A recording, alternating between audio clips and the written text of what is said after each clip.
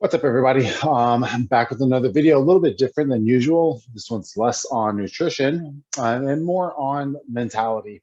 So was just listening to some of Mark Bell's Power Project, and I'm sharing my screen right now, and YouTube. And there's a recent episode, episode 665. It's the mentality and habits of CrossFit champions. And I guess the guy they're interviewing is Ben. Let's see what it says. Ben, come on. Anyways, guy's name is on there. Ben Bergerson. Yeah, Ben Bergeron. Okay. Anyways, that's not really important who he is, but he brings up a few different points, and he goes into vocabulary that we use for vocabulary for champions. And so he doesn't like the word can't because he likes to replace the word can't with won't. So he used example like, I can't pick up the kids from school today, whereas it should be, I won't pick up the kids from school, because you're already setting yourself up for that behavior. Same thing, like I can't make it to the gym today versus you should just be saying, I won't make it to the gym today. So you have a choice, and that's what the word can't and can implies, is that there's a choice. So you are making the choice not to do something. That's the word can't. Now, it's very apparent in language today that we use that word a lot, and not just as adults, but as children. You hear our children say that same thing. If something's too hard for them to do, like zip up a zipper, open a jar, open a Go-Gurt, they just say, I can't, it's too hard, I can't do it, I'm too little, I can't. So I agree that the word can't can be holding you back. You can kind of put a restriction on the possibilities or your ability to progress or your ability to do something, because it sets up a negative mindset that you're choosing to just not to do something because it's outside of your comfort zone, or maybe you think it's too difficult, or it's new to you. So he brings up a lot of those like examples, right? So it's like the same thing with your job. You're choosing to stay at a job, whereas he worked in the financial industry and he got caught in the everyday mundane type of lifestyle where Monday sucks, and he's had a switch in his mindset in his career at the 9/11 event, where he worked in finances in Chicago, and so he just didn't want to be a part of that everyday routine, almost like almost like cattle, pretty much. And he decided to go out west, and he said he was a mediocre athlete, as an exceptional mediocre athlete, and so he was a coach. So he picked up other jobs when he moved out west to like coach for skiing and such, and sailing.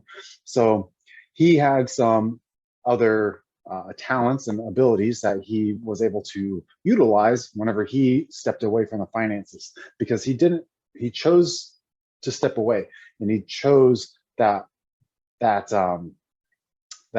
job, and he just didn't like it. And so where I somewhat have a different opinion on this is how he stepped away from his job.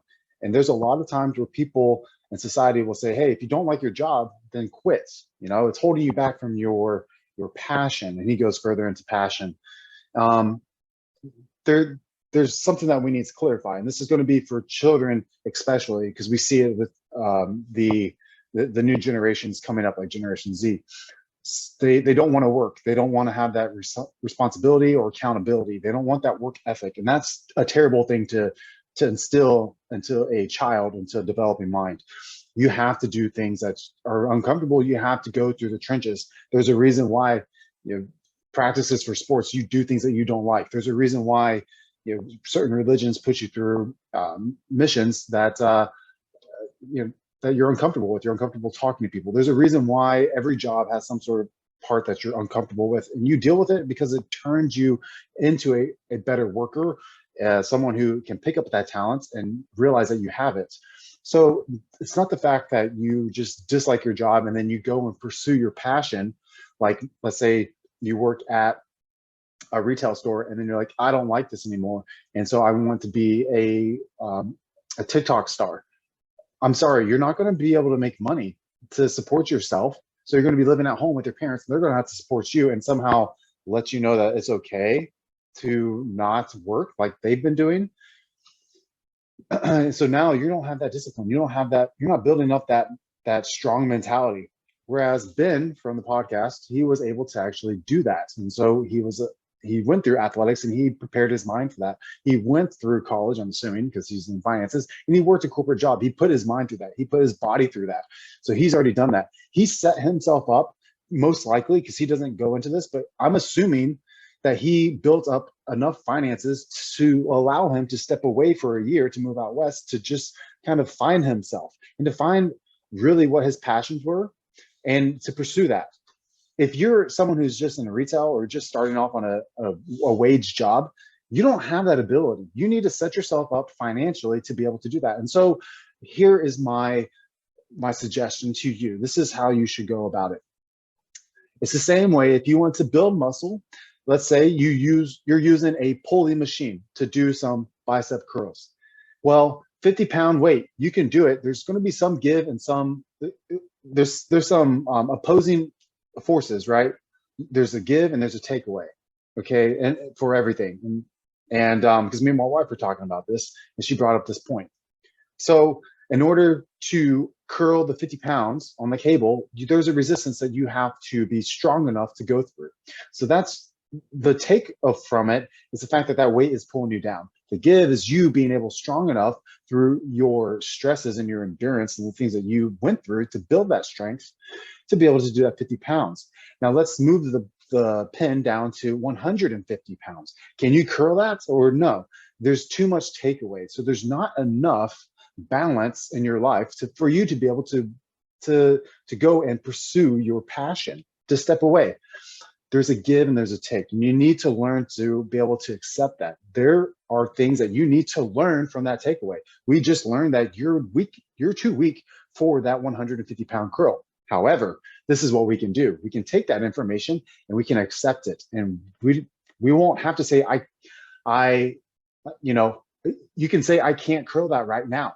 I can't, but I will set myself up. I will build muscle and go through day in and day out whatever I need to do to eat food, train, stimulate my body, recover, rest. I'll do all of that so I will be able to curl that 150 pounds.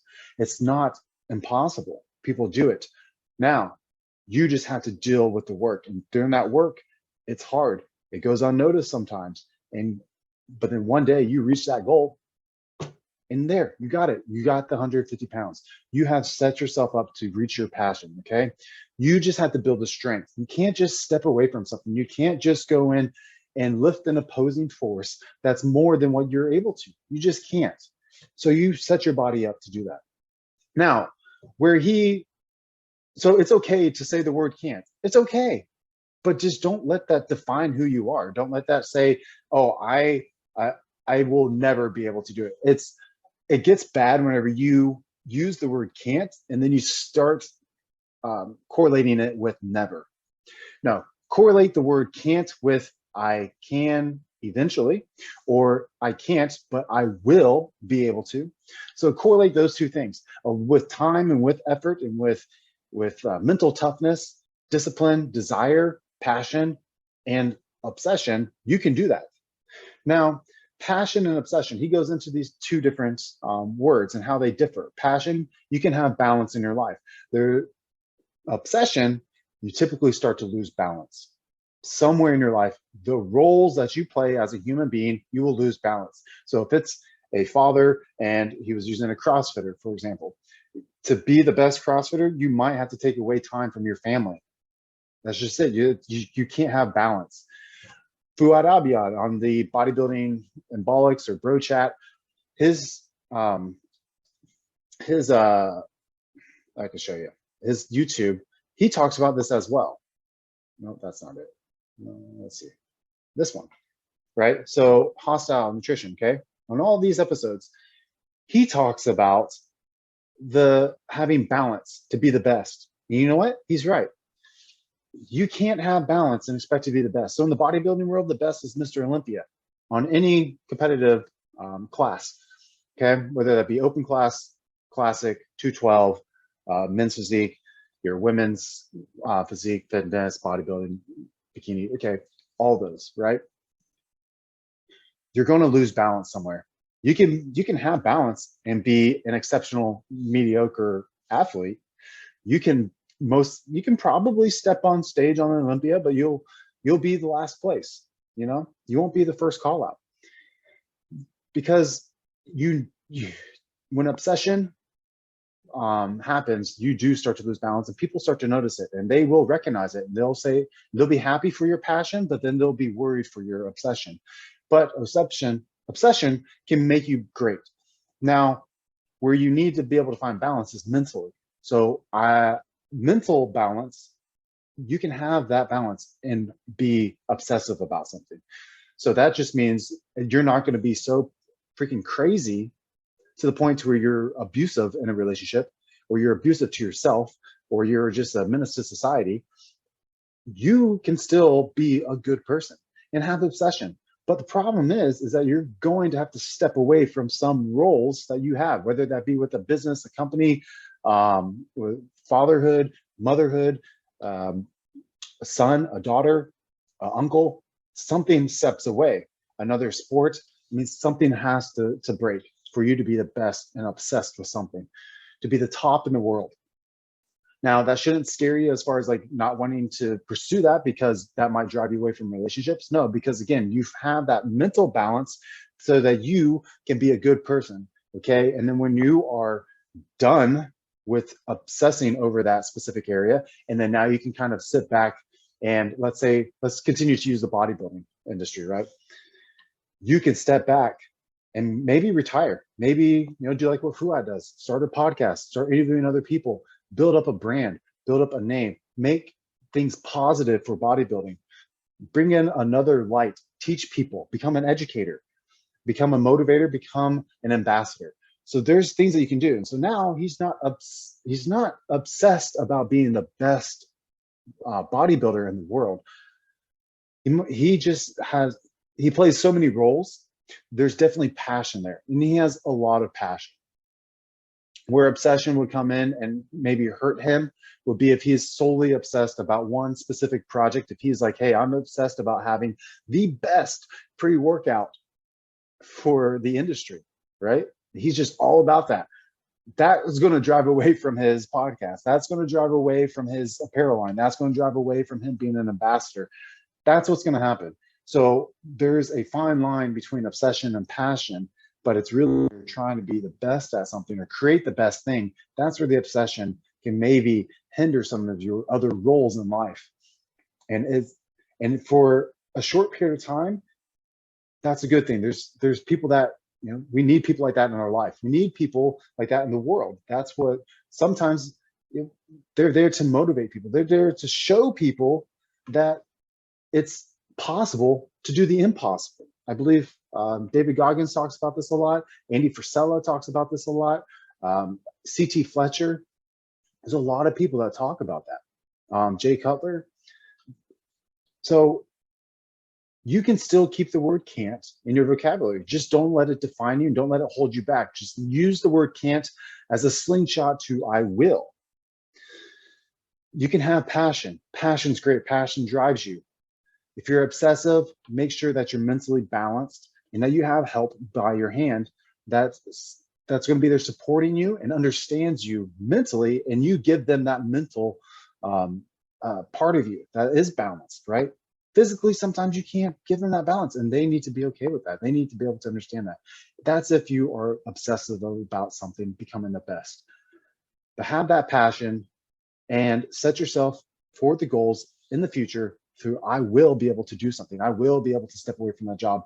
I am going to set myself up with finances, with a side gig, with some other means of financing so that I can leave my job that I dislike, or that I can leave my city that I dislike living in, or I can leave my apartment that I dislike living in.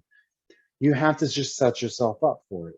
And that requires a little bit of grind. That requires a little bit of going through the trenches.